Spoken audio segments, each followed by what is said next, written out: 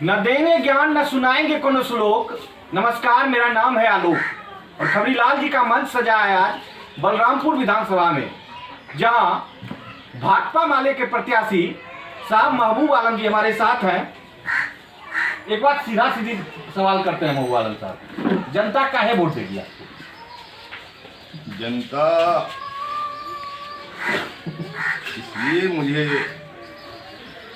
प्यार मोहब्बत दे रही है कि जनता की तकरीबन तमाम ज्वलंत जो सवाल हैं, उन सवालों के समाधान के लिए मैंने बारसोई बलरामपुर की सड़क से लेकर बिहार विधानसभा तक आवाज बुलंद की। और ये बहुत बड़े जानकार हैं। वर्तमान परिस्थिति में आप देखिए कि किताबों से लोग दूर हो रहे हैं और ये बेरोजगारी इतनी है कि व्हाट्सएप यूनिवर्सिटी में धड़ाधड़ एडमिशन हो रहा है, लेकिन युवाओं को रोजगार नहीं मिल रहा है। हालांकि एक विधायक के स्तर का चीज नहीं है, ये राज्य सरकार की नीति है, लेकिन फिर भी युवाओं को रोजगार मिले, उसके लिए क्या करें?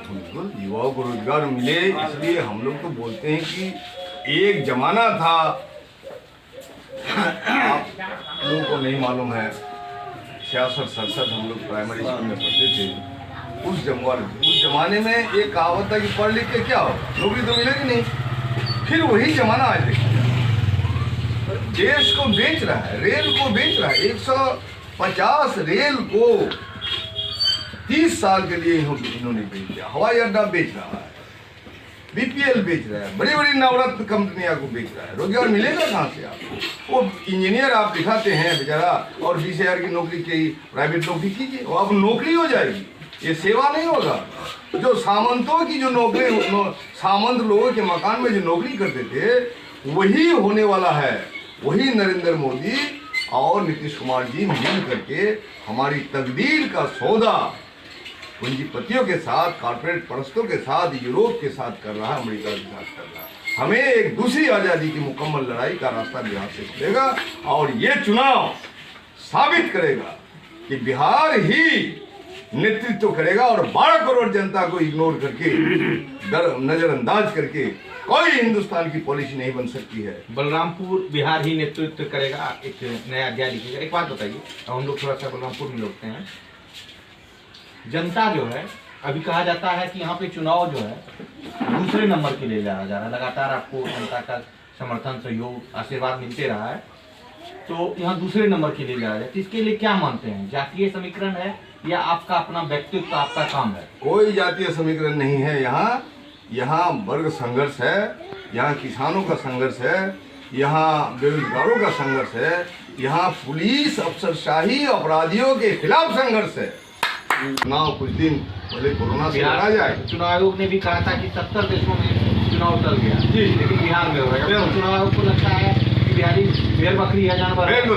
ये नीतीश कुमार जी की हिम्मत नहीं है लोगों की आंखों में आंखें डाल के बात करने की, इसलिए वो डिजिटल प्रचार प्रसार के माध्यम से पैसे की ताकत पर, अपने प्रशासन की ताकत पर, अपने प्रशासन के पदाधिकारियों की ताकत पर जनता के वोट को लूटने का एक दूसरा मनसूबा है, और इसका माकूल जवाब बलरामपुर दे रहा है। महागठबंधन है और एनडीए है, आप महागठबंधन के प्रत्याशी हैं। एनडीए में मोदी है, नीतीश बाबू अपना नाम दे रहा है, तेजस्वी जो है आपके लीडर हैं, मुख्यमंत्री के बाद तेजस्वी को लोग काहे यादव का बेटा इसलिए जी नहीं, तेजस्वी लालू यादव का बेटा, लालू यादव भी है नहीं। लालू यादव का भूत सवार है एनडीए पर अभी भी। लालू यादव तो बेचारा जेल में है, उसको आपने जेल में रख दिया। लेकिन लालू यादव ने नेतृत्व में जो आवाज गरीबों को उन्होंने दी, कोई किसी को रोजी रोजगार अपना मेहनत से नहीं देता। सब लोग रोजी रोजगार अपनी मेहनत से करता है, उसको सम्मान मिलना चाहिए, उसको अवसर मिलना चाहिए, उसको दवा मिलनी चाहिए। ये जो सड़क बनती है, इस सड़क पर जो टेम्पू चलता है, तो टेम्पू चालक को शरीर में ताकत होनी चाहिए कि नहीं? ये ताकत खुराक से होगा। ये महंगाई जो आज है, ये प्रायोजित महंगाई है कि नहीं है? 80 रुपया प्याज बिकता है, 60 रुपया आपको आलू बिकता है। ये किसानों को मिला, 4 रुपया 5 रुपया मिला, किसान को तो 4 रुपया 5 रुपया मिला। इसकी गारंटी क्यों नहीं होनी चाहिए? इसलिए केरल सरकार ने, हमारी जो वामपंथी सरकार है, उन्होंने कर दिया फिक्स कि आप 20 रुपया से ज़्यादा तुम जो है प्याज नहीं ले सकते हो, 15 रुपया से ज़्यादा आलू ले सकते हो। ये नहीं करेगा, हुकूमत नहीं होगी, उसका सरपरस्त कोई गार्जियन नहीं होगा, तो इसी तरह से आज पूंजीपति लोग, कारपोरेट परस्त लोग ये डकैती कर रहे हैं और उन डकैतों का सरगना है नरेंद्र मोदी। इसलिए भावनात्मक लहरों के सवाल पर बहुत दिन उन्होंने भावनात्मक मुद्दा उठा के लोगों को भड़काया, भड़का दिया। भावनात्मक मुद्दा नहीं, मुसलमानों के खिलाफ, सिर्फ मुसलमानों के खिलाफ। भाई 25 करोड़ मुसलमान है, कट्टरपंथीता बढ़ा दिया जी। 135 करोड़ का देश है, तो 25 करोड़ को माइनस करके आप जो है आप 110 करोड़ को के अंदर में खौफ पैदा कर रहे हैं मुसलमानों का। मैं आपको चुनौती दे रहा हूं। मैंने बिहार विधानसभा में कहा, आपको लगता है कोई बांग्लादेशी आ गया है, तो चलिए बिलासपुर से नागर नदी होते हुए आप चलिए चंदपड़ा चापाखोर में, यहाँ से 30 किलोमीटर दूर में बांग्लादेश है। विधानसभा की एक कमेटी बने, हर गांव में जांच पड़ताल हो, कौन बांग्लादेशी है, जो बांग्लादेशी है उसको पकड़ के रखेंगे, हम लोग खाना पीना खिलाएंगे और हम लोग जो है बांग्लादेश का प्रधानमंत्री बोले आप अपना नागरिक को ले लीजिए। ये मुसलमानों को टारगेट करके ऐसा नहीं होना चाहिए। आपका कहना है कि सिर्फ मुसलमानों को टारगेट करके भावनाएं भड़का के चुनाव जीतने की कोशिश कर रही है। आप कर रहे हैं, अभी भी कर रहे हैं, अभी भी कर रहे हैं। अब आप आए बिहार में तो आप बोल रहे हैं कि सीता मैया की कृपा। अरे सीताराम तो हम पहले बोलते हैं। हमारा जो यहाँ एक सफूल चचा है वो घर है, सफूल मोहम्मद सफूल, वो जो अनादि चौधरी के मकान में जाते थे गेहूं नापने के लिए, धान नापने के लिए, तो राम एक दो, तो रामो राम रामो राम रामो राम दुए दू, वही आदमी जब मेरे घर में मेरा चचा आते थे तो बरकतो बरकत, बरकतो बरकत, बरकतो बरकत, दुए दू। कहाँ सांप्रदायिकता? ये सद्भाव की सरजमी है जी, जिसको तोड़ने की कोशिश, छिन्न भिन्न करने की कोशिश हो रही है। क्या कुछ दिन, लेकिन जनता जागती है, भागने की दिशा नहीं मिलेगी। हमारी गाड़ी पर सवाल उठाते हो, अरे तुमने क्यों गाड़ी छोड़ दी, हमारे 2 मिनट का आजाम में तुमको दिक्कत हो रही है। बिल्कुल हिंदुस्तान की जनता इसे पसंद नहीं करती है और भागने की दिशा नहीं मिलेगी, इसलिए दाढ़ी छोड़ रहा है कि अब सत्ता सौंपेगा। जो सत्ता सौंपने का वारिस को बिहार ने रास्ता दिखा दिया। बिहार में आदित्यनाथ जोगी बिहार देश को नया एक दिशा देगा और बिहार रहनुमाई करेगा हिंदुस्तान का, और एक बेहतर हिंदुस्तान हम बनाएंगे। जबरदस्त इंटरव्यू जारी है। आलम साहब ये बताइए, थोड़ा हम लोग यहाँ बलरामपुर भी लौटते हैं, क्या है योजना? चुनाव जीतिएगा तो सबसे पहला 3 तो काम क्या करिएगा? सबसे पहला 3 काम, पहले हमारे जो भावी मुख्यमंत्री के उम्मीदवार है और निश्चित रूप से मुख्यमंत्री बनेंगे, वो उन्होंने घोषणा किया है कि 10 लाख पहली कलम से हम जनता को, नौजवानों को रोजगार देने का काम करेंगे। साथ साथ हमारी योजना है कि ये जो मजदूर है, इन मजदूरों को जो 5,000 रुपया पेंशन दिया जाए, आशा, रसोईया, जीविका लोगों का जिस तरह से दोहन होता है, शोषण होता है, माइक्रो फाइनेंस के जरिए जाए, और किसानों का जो आपको चक्रवृद्धि ब्याज के माध्यम से शोषण होता है, ट्रैक्टर खरीदने वालों का और दूसरा सामान वालों का, उनको कर्ज माफ़ किया जाए। और एक हम जैसे विकास का काम में है, ये क्षेत्र हमारा बाढ़ प्रभावित क्षेत्र है। बाढ़ प्रभावित क्षेत्र में 3 बार लोगों ने फसल लगाई। हमको कहा पकड़ के कि कॉमरेड, हमको कॉमरेड बोलते हैं लोग, कि हमने 3 बार फसल लगाई लेकिन हुआ नहीं। तो इनका सर्वेक्षण होना चाहिए कि कौन क्षेत्र बाढ़ से प्रभावित है और उसको विशेष पैकेज क्यों नहीं मिलना चाहिए। हमने कहा कि 20,000 25,000 रुपया प्रति एकड़ जो दह गया उसको क्यों नहीं मिलना, उसको मिलना चाहिए। इन तमाम सवालों को लेकर हम विकास का काम को तेज करेंगे। कोटा बसवापुरी घाट में पुल बनाने का हमारी योजना है, हमारा खुशियामोल में पुल बनाने की योजना है, हमारा जो आपको बिहार में है वहाँ पुल बनाने की योजना है, आपको मोटबाड़ी घाट में पुल बनाने की योजना है।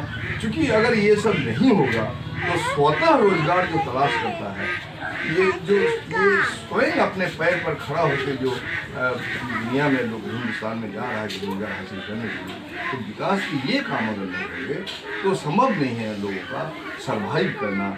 आने वाला दिन में जीने का जो संघर्ष है उसमें उनको जो मुद्दा है वो आगे नहीं बढ़ेगा। इसलिए हम चाहते हैं कि ये सब जो होना हो। अच्छा, एक बात बताइए, मुकाबला जो है बीजेपी समर्थित वीआईपी के कैंडिडेट हैं और जाप है, यूपी है, मुकाबला किससे है? मुकाबला है ही नहीं यहाँ तो बीजेपी दिल्ली की तरफ से रंग बदल दिया उसने। वो भाग गई यहाँ से, बीजेपी भाग गई, तो बीजेपी भाग गई जरूर, लेकिन बीजेपी ने एक चेहरा खड़ा कर दिया, उसी के साथ मुकाबला है और किसी के साथ मुकाबला, किसी से नहीं। हाँ, और किसी से मुकाबला। अंतिम सवाल है जी, पत्रकारों का आपके प्रति एक बड़ा सॉफ्ट रवैया है यहाँ के पत्रकारों का। कहना है कि आप उनके आवाज़ को हमेशा उठाते रहते हैं और कहीं कोई, चाहे प्रशासन के लोग हो या कहीं कोई, उनके ऊपर अगर कुछ एक अंकुश लगाना चाहता है तो आप चौथे स्तंभ की आवाज़ को और मुखर करते हैं। पत्रकारिता के बारे में मेरी धारणा है कि पत्रकारिता स्थापित होने के लिए आप लोग जो ग्रामीण पत्रकारिता है, कृषि क्षेत्र में, अग्रणी एरिया में पत्रकारिता जो आप लोग कर रहे हैं, मेहनत मशक्कत कर रहे हैं, आप लोग के प्रति कुछ स्वार्थी तत्व का जो दृष्टिकोण है उसको मैं कंडेम करता हूँ। और मेरी ख्वाहिश है कि कटिहार की पत्रकारिता स्थापित, और कटिहार की पत्रकारिता स्थापित हो तो वारसई, बलरामपुर, आजमनगर, कदवा जो हमारा है, ये यहाँ की पत्रकारिता स्थापित हो।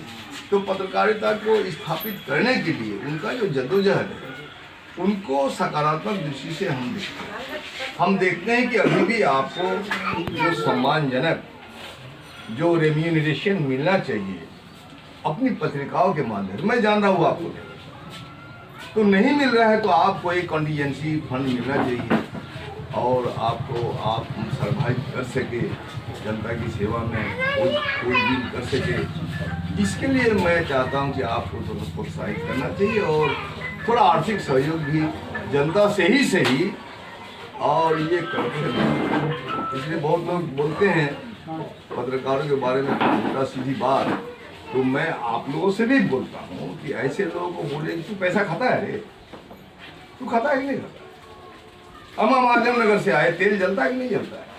तो इस कारण से पत्रकार के नजरिया ठीक है, लेकिन फिर भी पत्रिका है, पत्रकारिता है, आपको निष्पक्ष रहना चाहिए, स्वतंत्र पत्रकारिता होनी चाहिए ताकि वारसई, बलरामपुर, कदवा, आजमनगर प्रतिष्ठित हो। और हम चाहते हैं कि जो महानंदा नदी का किनारे जो कटा हुआ ये इस इलाके पर रिसर्च करें, आप लोग अनुसंधान करें और कृषि आंदोलन जो हम लोग कर रहे हैं लंबे समय से, पुलिस अपराधी गठजोड़ को ध्वस्त करो, हम लोग ने एक नारा दे के रखा है और आज भी उस नारे की प्रासंगिकता है। आपने किस तरह से देखा कि नीतीश कुमार ने मजदूरों को तो उनकी पीड़ा में तो मलहम लगाया नहीं, लेकिन पूरा थाना में उसने एक नोटिस भेज दिया सरकार से कि जितने मजदूर बेरोजगार आ गए बाहर, अब सड़क पर छिनताई शुरू होगी, इसलिए बेरोजगारी बढ़ी है, तो मजदूर लोग छिनताई करेंगे।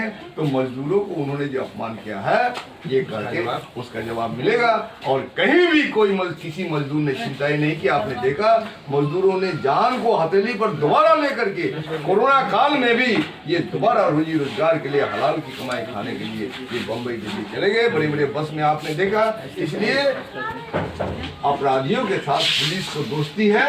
और आप जो बोलते हैं जब अपराधी को पुलिस मोटरसाइकिल पर लेकर के घुमाएगा तो बिल्कुल हम खड़ा करेंगे और बिल्कुल हमारा अधिकार है कि इसको तुम दोस्त क्यों बनाया, तुमने कौन अधिकार दिया है इसको दोस्त बनाने का? और जब तक डीएसपी नहीं आएगा, एसपी नहीं आएगा, तुमको छोड़ेंगे नहीं, ये संवैधानिक है।